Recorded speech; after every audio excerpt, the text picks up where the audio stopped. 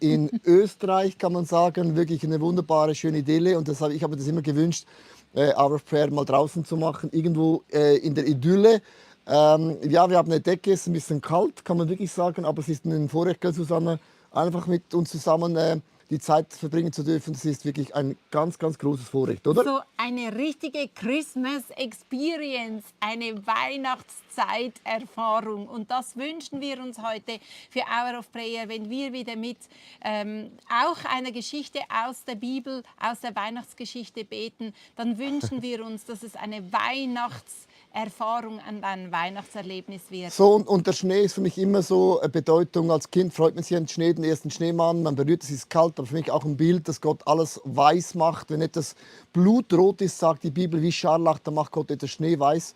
Und ich starte mit einem Gebet, dass uns der Heilige Geist einfach die nächsten paar Augenblicken leitet, uns Gebete auf das Herz legt, auch Gedanken gibt, wo du einfach merkst, es hilft dir enorm, mit Jesus unterwegs zu sein. Vater, ich danke dir für diese wunderbare Gebetszeit. Ich danke dir auch für das Bild, dass da, wo Dinge wir vielleicht in diesem Jahr nicht optimal gemacht haben, da, wo Dinge geschehen sind, die wir nicht einordnen können, nicht verstehen können, da, wo wir auch vielleicht Dinge bewusst oder unbewusst falsch gemacht haben, hast du gesagt, wenn unsere Sünden, unsere Fehler rot sind, wie Scharlach, wie Blutrot, du machst es schneeweiß. Und wir nehmen dieses Bild von diesem Winter, dass du ganz konkret jetzt in mir etwas weiß machst, diese Dinge wieder vergibst, die sich aufgestaut haben, da wo ich wie selber Mühe habe, mir auch zu vergeben, dann will ich dieses Bild vom Schnee anschauen und sagen, doch, wenn der Sohn Gottes frei macht, der ist frei, wenn der Sohn Gottes vergibt, dann ist vergeben, ein für alle Mal, für immer.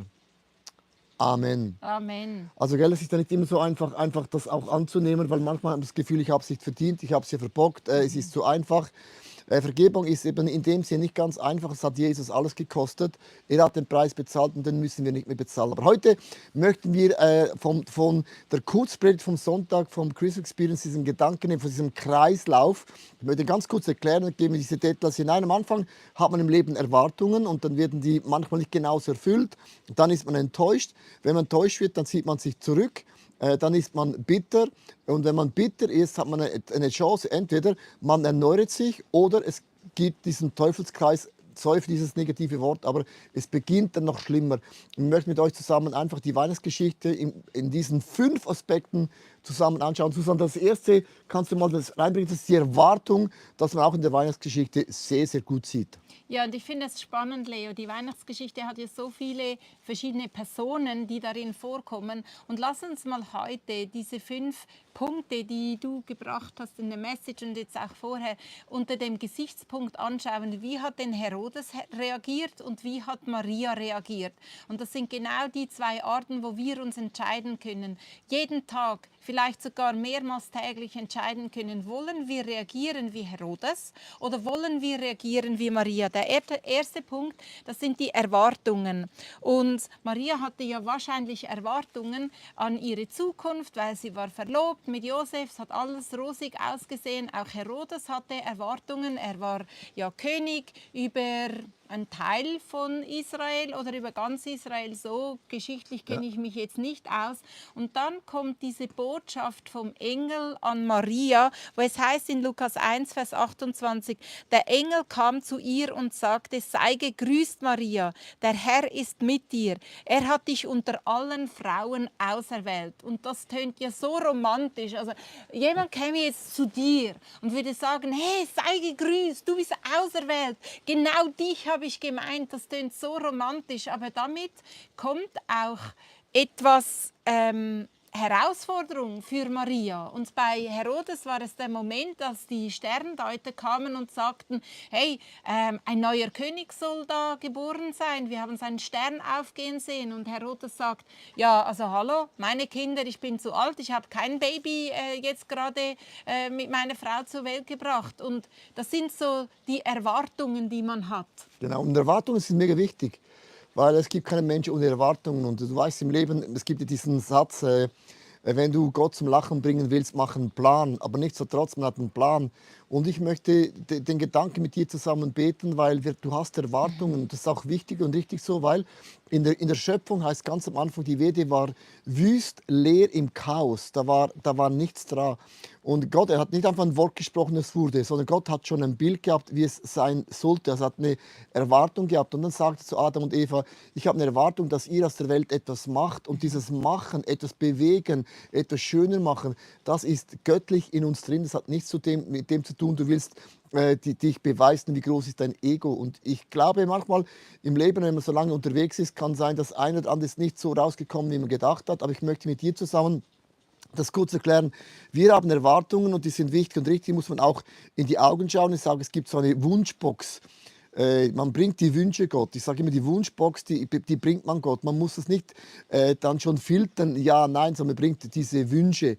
Und ich möchte mit einem Gebet beginnen, dass wir einfach mal unsere Wünsche, die wir haben, einfach Gott platzieren. Wie es dann Gott macht, ist dann eine andere Geschichte. Aber wenn man das nicht wünscht, wenn man die Gebete nicht bringt, Jakobus sagt es, ihr habt nicht, weil er nicht bittet, ihr habt es, weil er mich nicht fragt. Und wir haben einen aberliebenden Vater. Und wenn unsere Söhne uns für etwas fragen, ist auch manchmal ein Wunschkonzert. Ich sage nicht, hey, es war kein Wunschkonzert, sondern ich fühle mich geehrt, weil ich wissen, sie kennen meine Position und sie vertrauen, dass wir mehr Möglichkeiten haben als sie. Also ich lade dich jetzt ein, mit das zu starten. Maria hat einen Wunsch gehabt, ich bin verlobt, die hat einen Wunsch gehabt, ich werde heiraten, die hat einen Plan gehabt. Wie gesagt, die Geschichte beginnt aber, dass Gott den Plan änderte, aber nichtsdestotrotz, den Wunsch möchte ich mit dir zusammen jetzt einfach vor Gott hinlegen. Vater im Himmel, ich habe nicht einen Wunsch, ich habe viele Wünsche, ich habe viele Sehnsüchte in mir und ich bringe sie dir, ohne das mal einzuordnen oder zu filtern. Weil eine Freundschaft ist einfach, man bringt die Dinge auf den Tisch, man erklärt, was man gerne hätte, ohne zu sagen, du musst und ich will und ich fordere von dir. Aber ich lege alles auf deinen Tisch und ich lade dich jetzt ein, ganz konkret das zu formulieren. Und das fühlt sich manchmal ein bisschen komisch an, wenn man Wünsche formuliert, weil dann vielleicht denkst, ah, darf man das, ist es okay, das ist so egoistisch oder was immer. Ich möchte dich jetzt einfach einladen, das nicht zu machen, nicht zu bewerten, weil das ist nicht unser Auftrag. Und das ist eben diese krasse, intime Freundschaft mit diesem Gott im Himmel, den alle Religionen unterscheiden, weil wir können zu Gott kommen, wir können unsere Wünsche hinbringen. Und ich lege dir jetzt das einfach hin und ich habe, vor 2 Wochen war ich in Brasilien und ich habe einen Wunsch Gott platziert und er ist groß und er ist vielleicht ist sogar nicht machbar für mich. Ich habe Gott gesagt, wenn du kannst und du findest es ist auch richtig, ich lege dir diesen Wunsch hin. Und diese Wünsche auf den Tisch zu legen, kann aber auch bedeuten, dass eine Wunde hervorkommt, eine Enttäuschung hervorkommt. Vielleicht hast du Dinge wie abgestreift, als erledigt deklariert. Man sagt sogar, die Träume beerdigt. Das heißt, man hat das als tot erklärt, weil man so lange gewartet hatte. Ja. Weil die Weihnachtsgeschichte geht ein Warten voraus. 400 Jahre hat das Volk gewartet und Gott hat nicht gesprochen. Es ist einfach so, Gott kam und sprach zu Maria und zu Josef, Zacharias. Es gibt eine Vorgeschichte, Advents, wir erwarten etwas. Und so legen wir dir, Gott, einfach diese Themen dir hin, weil du bist ein aberliebender Vater. Und wir haben einen Plan in unseren Gedanken, wie unser Leben entstehen müssten oder sollte oder wir gerne hätte. Und das ist immer meine Perspektive. Und ich habe keine größere Perspektive jetzt, ich sage jetzt mal in meinem Fleische, als das, was ich vor mir sehe. Aber ich lege sie dir hin, weil du hast eine ganz andere Perspektive, als ich sie habe. Und das sind die Erwartungen, die wir selber haben, also die Wünsche, die du gesagt hast. Aber ich finde, Yes. gerade auch in der Weihnachtszeit gibt es so viele Erwartungen aus der Familie vielleicht oder von wo auch immer, die an uns herangetragen wurden. Yes. Und da möchte ich einfach ein Gebet machen, dass wir nicht so reagieren wie Herodes, der sich angegriffen fühlt oder bedroht von den Erwartungen, dass da jetzt ein neuer König kommt oder von dieser Nachricht. Und ich bitte dich, himmlischer Vater, Yes. du siehst, wie viele Erwartungen das auch vielleicht fast täglich auf uns zukommen, auf alle zukommen, die jetzt hier zugeschaltet und eingeschaltet haben. Und wenn es darum geht, mit diesem Kreislauf der Enttäuschung oder der Erwartung oder der Erneuerung umzugehen, dann bitten wir dich jetzt, dass wir anders reagieren können, als uns angegriffen fühlen und dann so mit Macht, wie Herodes das gemacht hat, oder auch mit Bitterkeit reagieren. Hilf uns, Heiliger Geist, Yes. dass wir das unterscheiden können, dass wir die Erwartung einfach mal annehmen können in dem Sinne als Tatsache und nicht gerade schon reagieren müssen. Yes. Und ich bitte dich, dass unsere Weihnachtsfeste, dass die Weihnachtszeit jetzt im Besonderen, dass wir feinfühlig werden durch dich, Heiliger Geist, und aufmerksam, wo kommen Erwartungen an uns heran, wo wir uns sofort überfordert fühlen, wo wir sofort in Reaktion treten, anstatt einfach mal ruhig vor dir zu sein. Yes. Danke, dass du der Helfer bist, Heiliger Geist, und danke, dass du der Tröster bist. Yes. Und derjenige bist du, der Maria überschattete und das Unmögliche möglich Ja. gemacht hat. Derjenige bist du, der auch uns, jeder einzelne von uns, jetzt überschattet über die Weihnachtszeit. Yes. Im Namen Jesus. Yes. Amen. Amen.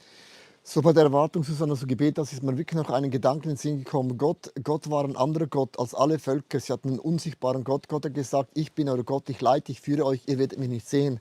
Und das Volk hat gesagt, wir haben eine Erwartung, wir möchten gerne einen König haben, den man anlangen kann, fasten mit einem Namen, dass man auch ein Bild machen kann. Dann sagt Gott, ich soll kein Bild machen, ich habe keinen Namen, alle diese Dinge. Und die Erwartung war immer anders gewesen. Und irgendwann hat Gott ihnen einen König gegeben. Und was ich eben krass finde in der Geschichte, Gott ist den Menschen nachgegangen. Aber wenn ich ehrlich bin und die Geschichte anschaue, es kam nicht ganz so gut raus. Und ich habe immer Respekt, möchte ich dir sagen, wenn es um Erwartungen geht, um Wünsche geht, was ich mir immer bewusst mache, das ist meine Perspektive. Ich kann die nicht einfach ändern. Das ist einfach so. Man ist aufgewachsen, hat ein Bild und eine Art, wie man ist. Und es ist nichts falsch in dem drin. Aber ich habe immer Respekt, dann das durchzustieren, sagt man auf Deutsch, so etwas durchzuboxen. Weil sehr, sehr oft kann man etwas dann so blockieren und Gott schaut an und denkt, ja, ich kann euch schon einen König geben, aber ganz ehrlich, es wird euch nicht gut tun. Das ist bei den Kindern auch so und es ist nicht immer so, jeder Wunsch ist gut. Manchmal ist Nein zu sagen auch ein Segen. Und darum kommt das Zweite, es kommen dann eben immer Enttäuschungen. Und die Enttäuschungen mögen eben sein, dass sehr oft ich bin getäuscht worden in der Vorstellung, die ich hatte. Und das komme ich jetzt nochmal zu dem Gedanken, wo ich gesagt habe, es ist mein Problem, das ich habe. Ich sehe mein Leben aus meiner Perspektive, was ich mir vorstellen könnte oder was ich mir gerne wünschen würde. Und sehr oft kommt ein Weg anders und er ist sogar noch richtiger, als ich denke und fühle. Und dann stehen meine Gefühle im Weg und ich habe dann mega Mühe, denke, wieso macht das Gott? Ich mag mich erinnern, als vor einigen Jahren Gott gesagt habe, ich soll ICF Zürich übernehmen. Ich habe gedacht, das ist nicht mein Traum, ich möchte ein reisender Evangelist sein, losgelöst von diesen Dingen. Heute merke ich, dass Substanz, eine Gemeinde zu leiten, gibt mir auch die Glaubwürdigkeit, dass das, was ich sage, ist auch gedeckt, weil wenn du lange in einer Kirche tätig bist, dann wissen Leute, die kennen dich, deine Stärken und deine Schwächen. Ich muss ICF Zürich nichts vormachen. Das ist gut und manchmal auch ein Challenge. Aber das heißt, wenn ich irgendwo predige, ist es nicht einfach so ein bisschen hier oben, von oben runter, sondern ich spreche aus meinem Leben, was ich auch erlebe mit Gott. Und darum, wenn es um Enttäuschungen geht, kann es das eine sein, dass du dir selber im Wege stehst, in dem Bild, das ich habe. Das ist nur das eine, aber sehr oft enttäuscht wird man durch Menschen, durch Situationen, wo Menschen wirklich, wirklich bösartig uns Dinge in die Schuhe legen. Und du kannst ganz normal in der Weihnachtsgeschichte diese zwei Texte reinlesen von Maria.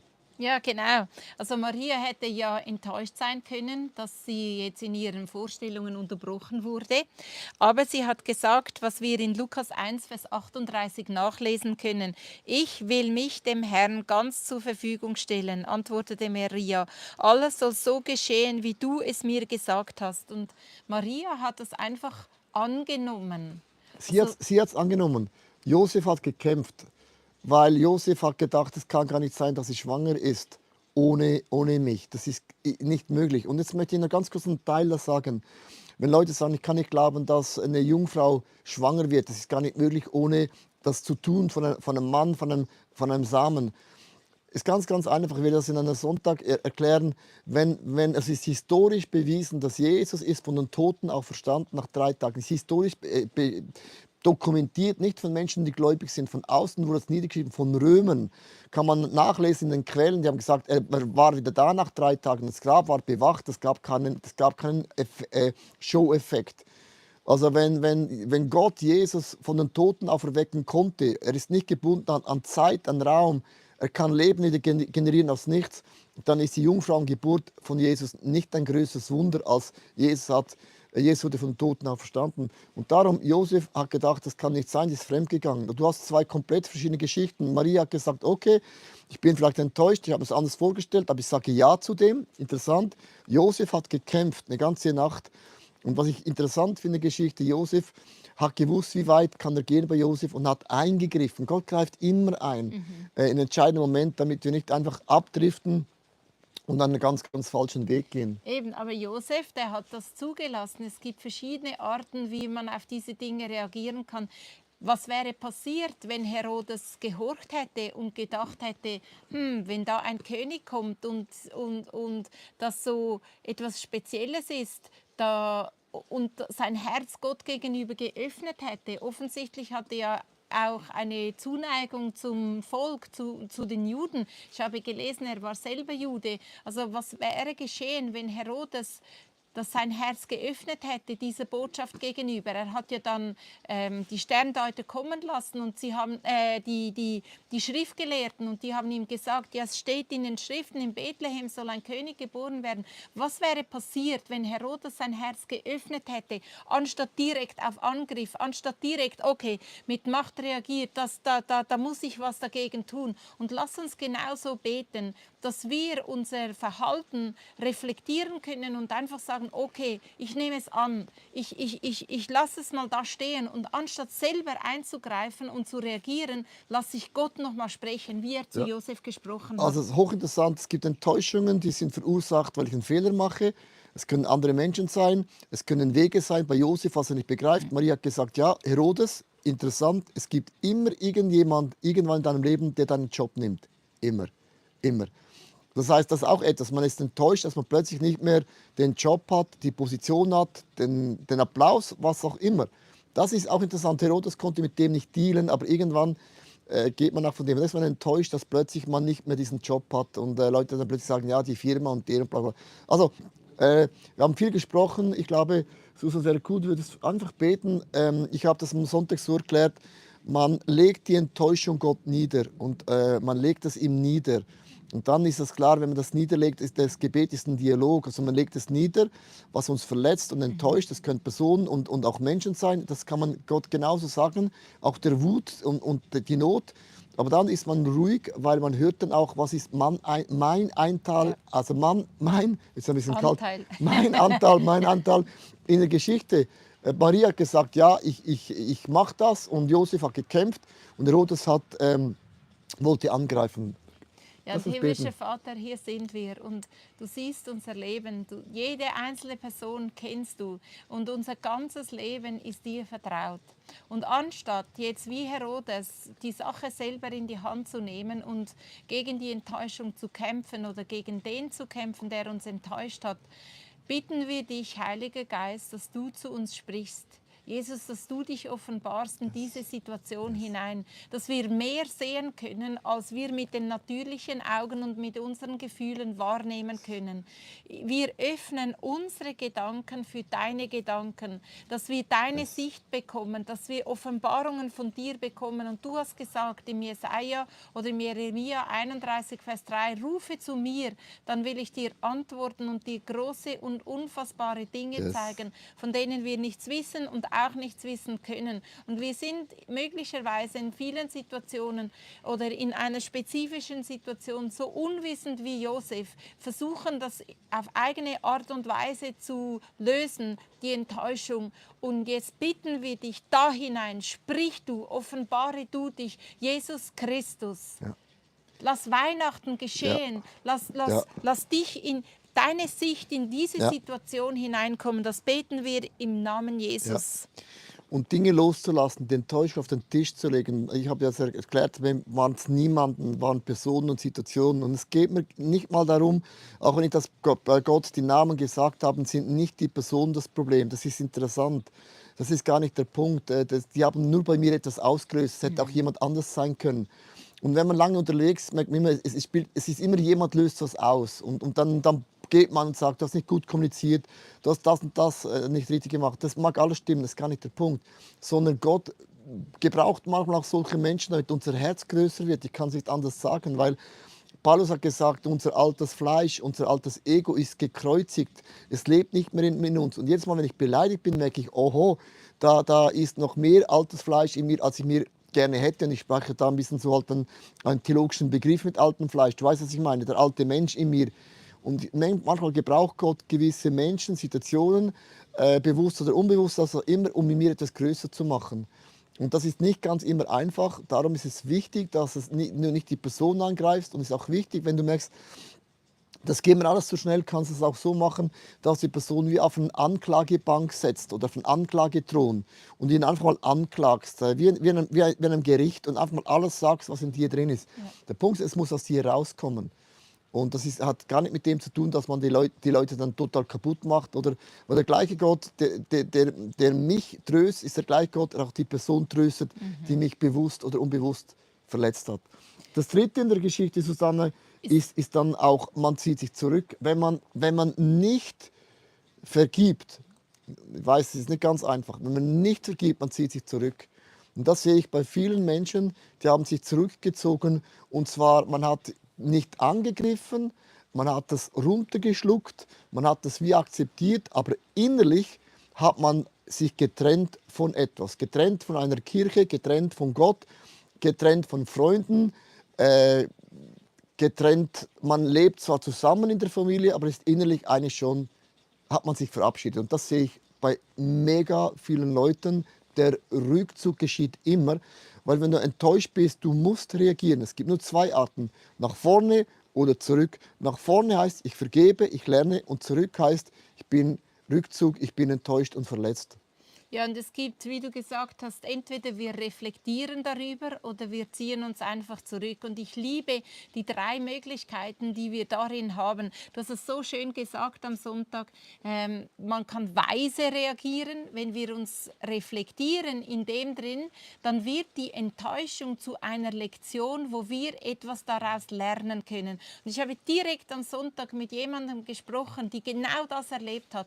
Die hat diese Situation, wo sie so enttäuscht war, hat sie mit Gott gesprochen, sie hat darüber reflektiert und der Gott im Himmel, der Allmächtige, hat ihr seine Sicht gezeigt und es hat das Ganze verändert. Der Schmerz ist geblieben, aber es ist Verständnis gekommen und sie hat eine Lektion gelernt und sie ist weise daraus hinausgegangen, als sie hereingekommen ist. Du kannst auch wie ein Narr reagieren und ein Narr, das ist ja spannend, der ist einfach negativ und der blockiert. Ein Narr, der wüsste eigentlich, was richtig ist, aber er will es einfach nicht tun. Im Gegensatz zu dem, der dumm ist, hast du am Sonntag auch erwähnt, der Dumme veranstaltet in so einer Situation einfach Chaos, weil er es nicht besser weiß.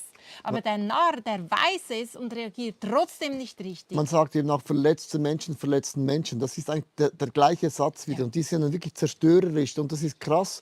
Man kann aber auch zerstören, indem dass man nichts sagt. Das heißt, man kann zerstören mit Gewalt, mit Wut, mit Aggressivität, mit Worten kann man einen Menschen total schachmatt machen. Aber viele, sage ich jetzt mal, man zieht sich zurück und man sagt nichts mehr. Und das ist genau gleich verletzend, wie wenn man, sage ich jetzt mal, physisch. Natürlich physisch ist immer noch schlimmer, aber es ist genauso schlimm.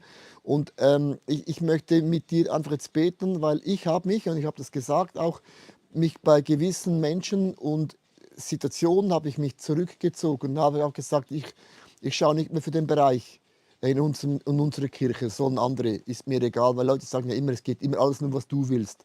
Dann kommt noch dieser doofe Spruch, den ich immer wieder höre, als würde ich alles alleine entscheiden. Das ist der dümmste Spruch, den ich hören kann. Das ist ein bisschen ein Team.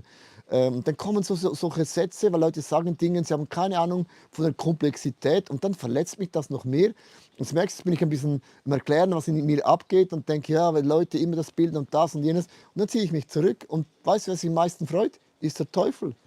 Ihm ist genau seine Lieblingsposition Rückzug. Ja. Kommt, um zu töten, stehlen oder vernichten. Und egal, Hauptsache, wir bleiben blockiert. Vater im Himmel, ich lege dir die Bereiche dir hin, wo ich mich bewusst gesagt habe, nie mehr. Ich habe wie eine Festlegung gemacht. Ich habe eine Schutzmauer gebaut, weil ich das nicht handeln kann in meiner Seele, wie das nämlich so schmerzt und noch wehtut. Und ich baue diese Mauer ab und ich möchte dich bitten, dass du mir nochmals die Kraft gibst, wie über diese Brücke zu laufen. Diesen Mut habe zu sagen, doch, ich bin wieder bereit, mich verletzlich zu machen. Bin wieder bereit, mich zu öffnen für das Nicht-Perfekte. Und für das brauche ich ein Wunder, weil ich bin zu lange im Leben unterwegs, dass ich weiß, wie das funktioniert. Und ich möchte dich bitten, dass du in mir eine grundlegende Erneuerung generierst in meinen Gedanken, aber vor allem in meinen Gefühlen. Und wenn du ein Wort sprachst und es wurde Himmel und es wurde Erde, es wurden die Elemente, es wurde Wasser, es wurde die Sonne, der Mond und die Sterne. Wenn du mit deinen Worten Dinge kreieren konntest, dann möchte ich dich jetzt bitten, dass du mit deinen Worten nochmals in mir dieses Leben kreierst. Dass die Bereiche, die tot sind, wieder aufstehen. Dass du wie sagst, Lazarus, komm hervor von den Toten. Und ich werde diese Bänder abziehen. Die Lazarus war ja eingewickelt in diesen Bändern. Und ich nehme diese Bänder weg, wo ich mich bewusst eingelullt habe in etwas, was auch wie eine Lebensbestätigung gibt, die aber eigentlich gar nicht zum Leben, sondern zum Tod mich verwest. Und ich bitte dich einfach, dass du in mir dieses Wunder vollbringst. Und ich möchte zu diesem Gebet eben das sagen und das ist eben krass. Ich bin schon lange unterwegs, Leiter, wenn man sich wieder aufmacht, dann weiß ich mache mich auf wieder für eine Enttäuschung. Ich spreche hier nicht einfach von romantisch und alles ist gut und ist eben nicht gut, sondern wenn man sich eben nicht aufmacht, wird das Gegenüber spüren, du bist da mit angezogener Handbremse und das Gegenüber kann gar nichts dafür. Aber es ist so, man wird wieder enttäuscht werden, man wird wieder verletzt werden und dann sage ich, okay, Leo, der alte Adam ist in mir doch noch nicht ganz gestorben. Also es lohnt sich, Bilder zu nehmen, damit ich nicht eingeschnappt bleibe. Das ist das Problem, das ich habe. Ich bin immer so schnell eingeschnappt, beleidigte Leberwurst. Und dann lullt man sich ein und es gibt ein gutes Gefühl und ich habe ein Recht und alle anderen. Und das ist die teuflische Position. Da müssen wir uns, ich sage es mal, rauskämpfen. Ja, das hast du vorher so eindrücklich gesagt. Das ist am Ende der Feind, der kommt, um zu stehlen, zu schlachten und zu vernichten. Und das ist Rückzug. Und wenn wir dieses Bild vor Augen haben, dass Rückzug eigentlich dem Feind in die Hände spielen ist, aber Reflexion, das ist das, was uns wachsen lässt, was uns wo wir eine Lektion lernen können, wo am Ende, wie es heißt, der zweite Teil vom Vers heißt, aber Jesus ist gekommen, um Leben im Überfluss zu bringen. Und lass uns Reflexion wählen und sagen, Gott, ich brauche Hilfe, ich brauche deine Sicht. Und dann wird sich diese Situation uns zum Wachstum helfen, zu diesem Leben im Überfluss. Also wirklich ein ehrliches Beispiel von mir. Ich kam hier nach Zürich, wurde angefragt, um die ICF Church aufzubauen, um zu predigen. Und ich habe 4 Jahre lang nie predigen können. Alle anderen konnten predigen, nur ich nicht. Und für das kam ich nach Zürich. Und dann muss ich den Ordnungsdienst aufbauen, die Stühle aufstellen, abbauen, reinigen, alles für 4 Jahre. Ich habe die Teams aufgebaut und ich habe immer zusehen müssen, wie andere, die nach mir kamen, einfach gefördert wurden. Und ich möchte mit dem nicht sagen, der Leiter hatte eine Überlegung gehabt, er hatte einen Plan gehabt. Ich habe das nicht verstanden, aber ich habe nicht das Handtuch geworfen. Es hat mich gedemütigt, es hat mich wie soll ich sagen, ja, es hat mir den Teppich unter den Füßen weggezogen und hätte ich das Handtuch geworfen, ich wäre nicht heute da, wo ich sein würde. Ja. Und ich weiß, Gott hat im Nachhinein, schaue ich zurück, Gott hat mein Herz getestet, weil es kommen noch viele Tests. Josef hatte viele Tests erlebt in seinem Leben. Es gibt Tests und die Tests geht nur, weil man getestet wird und die muss man bestehen. Wenn man sie nicht besteht, dann geht man nochmals eine extra Runde. Und ich war nicht wütend auf den Leitern. Natürlich habe ich es nicht verstanden.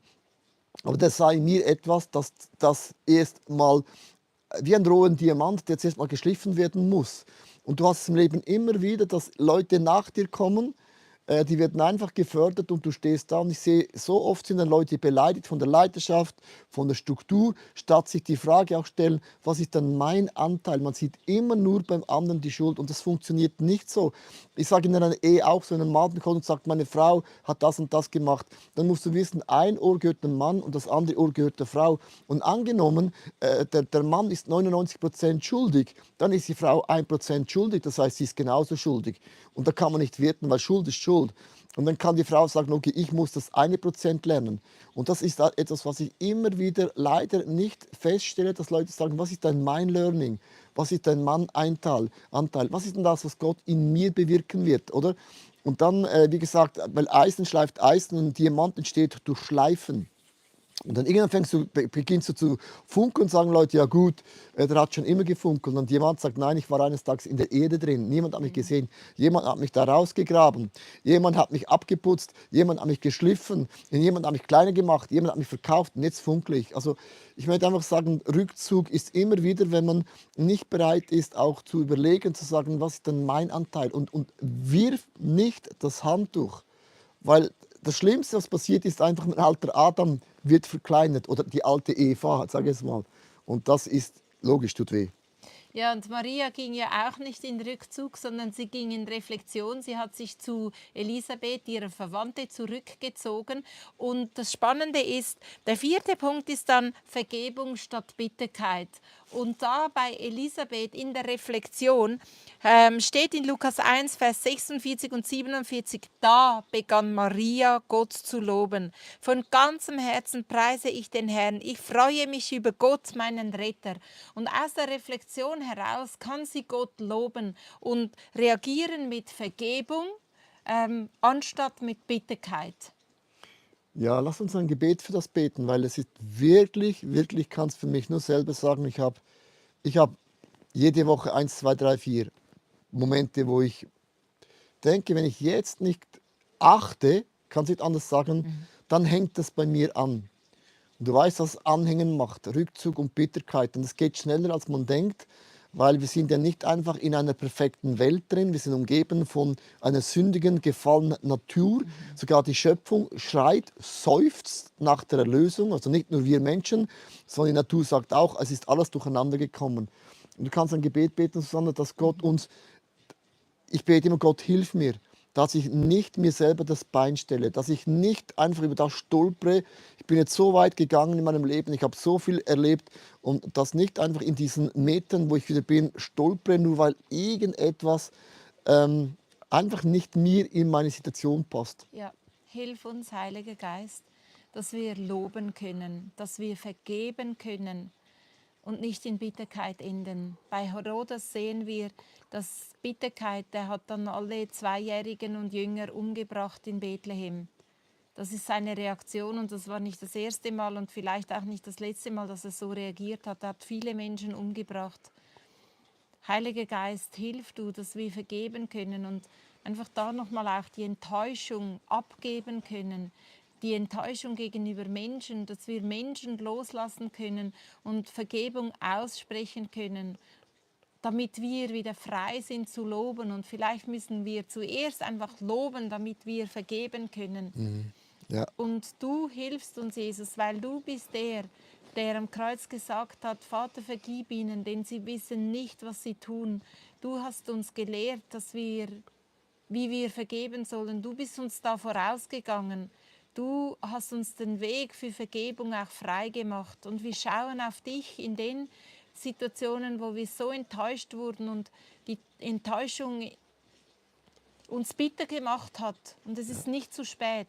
Yes. Noch dieses Jahr wollen wir die Verbitterung loslassen Yes. und dir übergeben und sagen, es ist jetzt vorbei. Ja. Es frisst mich selber auf, innerlich, ich spüre es schon und ich gebe es dir ab. Und Yes. du hilfst uns, Jesus Christus, weil dein Blut reinigt uns und dein Blut erneuert wieder. Dafür bist du zur Welt gekommen, Yes. damit du stirbst und dein Blut vergossen wird, damit wir vergeben können, zur Vergebung Yes. der Sünden, Ja. damit auch wir vergeben können und Vergebung empfangen. Ja. Ich habe so Sätze aufgeschrieben und die sind ein bisschen so typisch amerikanisch, aber sie helfen mir. Ich werde nicht bitter, ich werde besser.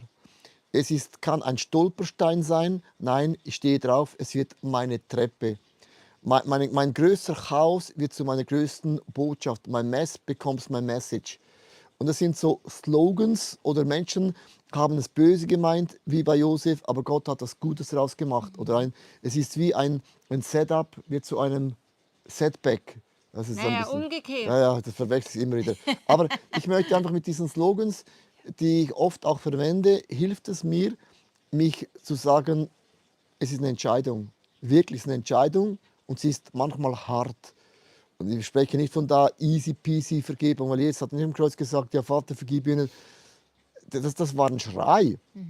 Wenn alle dich verlassen, aber er hat gewusst, wenn ich das nicht mache, dann wird Bitterkeit bei mir ansetzen. Und man muss dagegen ankämpfen, weil wenn man kämpft dafür, dann geht man in die Lobeszone hinein, weil man weiß, dennoch und trotzdem wird Gott Gutes machen. Weil das, am Ende vom Tag sagt hier das Buch der Offenbarung, Gott hat das letzte Wort und alle Knie werden sich beugen und werden bekennen müssen, dass Jesus Christus ist der Sohn Gottes. Das musst du dir mal vorstellen. Leute können jammern, motzen, klagen, uns blockieren, uns Cancel Culture machen. Am Ende vom Tag wird Gott das letzte Wort haben.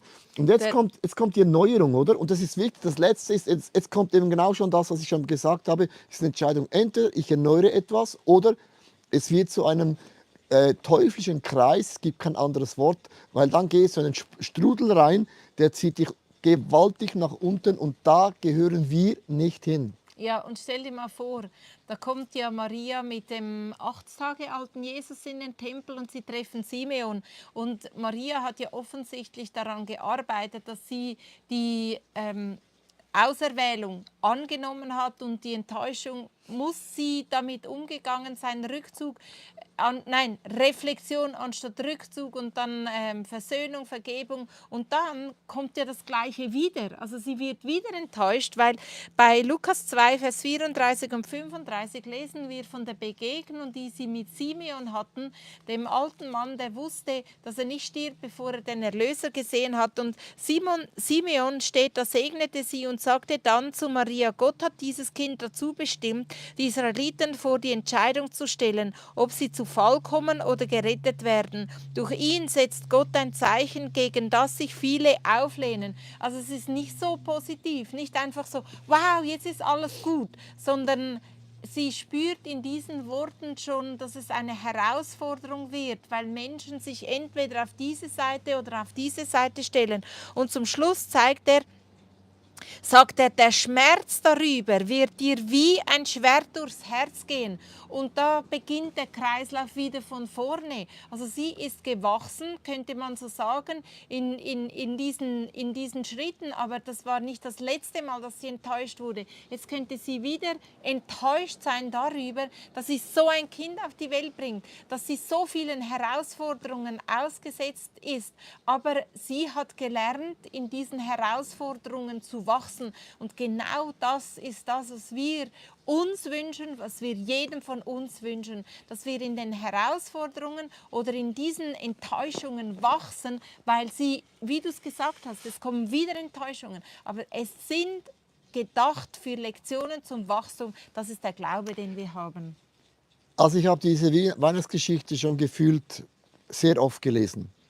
Aber das ist jetzt krass, den habe ich noch nie so gesehen, dass eben sie hat diesen Messias und dann heißt es, geht wie ein Stich durch dein Herz. Sie hat gewusst, das wird wieder nicht einfach. Das heißt, der Segen von Gott, den uns ausrüstet, ist wieder dazu da, um ein Segen für Menschen zu sein, ein Wohlgeschmack für die einen und für die anderen ist es ein Todesurteil. Es ist wirklich krass, das hört in dem Sinn, eben dieser Kreis hört nie auf. Gott segnet dich. Du bist ich sag jetzt mal, auf höherem gestellt oder ein neues Level, wie man das immer auch sagen möchte. Aber das neue Level bedeutet auch New Devils. Und das hört nie auf in dem Sinne. Und eben, ich habe gelesen über Herodes, dass ja die Kinder von Bethlehem nicht die einzigen sind, die er umgebracht hat, sondern er hat auch seine Frau Mariamne hinrichten lassen, weil sie sich quergestellt hat. Und ich glaube, es gab noch andere Menschen. Er ist aus diesem Teufelskreis nicht herausgekommen. Er hat die Lektion zum Wachstum nicht aufgenommen. Und trotzdem, die Sterndeuter sind ihm begegnet. Auch er hätte die Chance gehabt, diese Botschaft von diesem Retter anzunehmen, weil er hat es ja gehört und er wusste ja aus den Schriften, dass das etwas Prophetisches ist. Und lass uns einfach diese Lektionen vom Wachstum lernen, weil Enttäuschungen kommen wieder. Also Vater im Himmel, du hast mit unserem Lebensweg, bist du bei uns und du führst uns an Situationen, vielleicht auch mal bewusst, dass du Menschen gebrauchst, die vielleicht etwas in mir auslösen, das du in mir lösen willst. Und ich möchte bewusst dich bitten, dass du mir einen neuen Geist gibst, erneuere mein Denken, erneuere meinen Blickwinkel, lass meine Ohren hören, was mein Auftrag, was mein To-Do in der ganzen Geschichte ist. Aber über all dem möchte ich dich bitten, wie David sagt im Psalm 139, wenn ich in der Gefahr bin, dir untreu zu werden, von diesem Weg abzukommen, der mich zum ewigen Leben führt, dann bring mich zurück zu diesem Weg vom ewigen Leben. Und ich bitte dich jetzt einfach mit der ganzen Online- und Gebets-Community zusammen. Du hast gesagt, wenn 2 oder 3 Menschen zusammenkommen, dann bist du mitten unter ihnen. Du bist Jesus da. Und wenn wir jetzt unsere Herzen uns ausschütten vor dir, dich darum bitten, dass du uns reinigst, dass du uns auch bekräftigst und uns auch beschützt und uns auch leitest und uns auch führst, dann weiß ich, dass deine schützende, begleitende Segenhand wird sich nicht von mir weichen. Und du hast gesagt, das gute Werk, das ich bei euch angefangen habe, ich werde höchstpersönlich dafür sorgen, dass ich es mit euch, trotz euch und sogar wegen euch zu Ende führen werde. Und ich bete jetzt auch für deine Weihnachtszeit. Ich bete wirklich in diesem ganzen Trubel, Jubel. Es ist immer eine Zeit, wo man viel los hat, aber auch eine coole Zeit, weil wenn man Geschenke kauft, ist es immer etwas, man macht sich Gedanken über die Person. Und darum finde ich eben Geschenke kaufen eben per se etwas Gutes, weil man muss sich Gedanken machen über die Person. Und ich möchte dich bitten, dass du dir überlegst, was ist denn das Potenzial oder die Sichtweise Gottes über der Person. Und dann ist es eben nicht bloß ein Geschenk, sondern etwas, wo du die Person segnest und überlegst, was könnte ich dann auch unter dem Jahr für die Person, die ich beschenke, meine Mama, mein Daddy, mein Onkel, mein Großvater, meine Schwester, mein Bruder, den Pastor, was auch immer, dann hast du eine ganz, ganz andere Einstellung. Ich bete einfach, dass Gott dich leitet, begleitet in dieser Zeit und du erleben darfst, dass Weihnachten in diesem Jahr eine ganz neue Substanz von Immanuel bekommst. Gott ist mit dir. Ich segne dich im Namen des Vaters, im Namen von diesem Sohn von Jesus Christus und auch in der Kraft des Heiligen Geistes. Amen. Amen. Ihr Lieben, noch ganz kurz, macht einen Daumen hoch und kurz einen Kommentar rein. Auch bei der Predigt vom Sonntag. Ich habe eine ganz kurze Message, die ist wirklich sehr, sehr gut, um Menschen zu schicken, weil sie ist einfach erklärt, im gleichen Prinzip. Und bevor wir da zu Ende machen, möchte ich euch einen Schneeballgruß euch schicken. Bye bye, tschüss zusammen. Macht's gut. Ciao, ciao.